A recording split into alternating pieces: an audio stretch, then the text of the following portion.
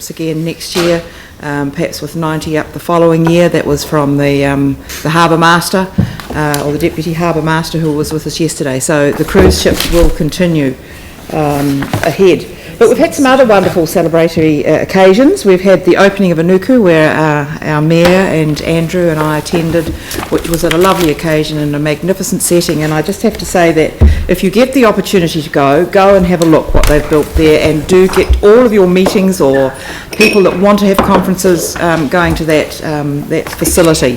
They need business support to make it work, so that's great. They have invited us to hold a council meeting out there before the end of this term, so it's something that I want to discuss with councillors. I think it would be a very good idea. So perhaps this is a new opportunity for Akaroa Harbour and Banks Peninsula.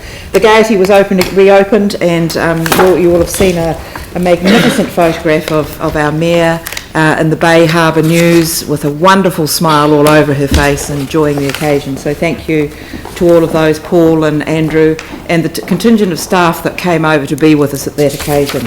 Can I talk about, following on now from... Can we acknowledge Richie Moyle there? Yes. Because, I mean, in terms of staff performance, and I don't normally, mention this because of the governance management thing, but outstanding performance from that young man who's just done so much for the community. And when I mentioned that at the opening, there was just instantaneous applause from the whole community. He's really, really valued out there, and he's done an extraordinary job. So David, you can take that back to the team. So it's important that we actually do value our staff, work with them. The same could be said for Pigeon Bay, where we worked with City Care, and we cleaned a lot of locks on buildings and hinges on things when City Care were doing a little bit of work on our Pigeon, or not a little bit, some considerable work on the Pigeon Bay Hall. I mean, it's about being involved and helping along the way, so that's worked very well too. But can I just talk about yesterday about following on from representation review and our video conferencing, what we tried yesterday. I'm not quite what form it was, whether it was business video conferencing, I don't understand. But we had Jenny join our meeting, and it felt as though she was sitting around the table. We had a few hiccups getting it set up, but obviously it is the way of the future and an opportunity. So we do thank for that opportunity, and we hope that we have the staff to support us getting into that role of operating down the track. So it is a lovely time of the year, and come and have a holiday in Akaroa. Town is ours again. So our minutes? Yes, so you've got a part A on the DeVoe paper. Yes, page 20. Yep.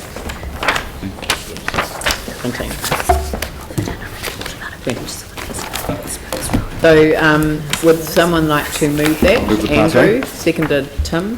Just Yanni.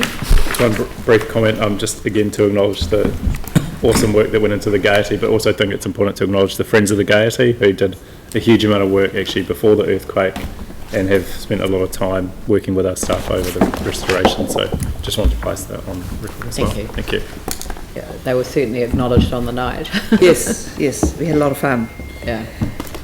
So I will put that motion. All those in favour say aye. Aye. Those opposed say no. That's carried. And the only other thing that I will raise out of this is page 32 and the Akaroa Play Centre.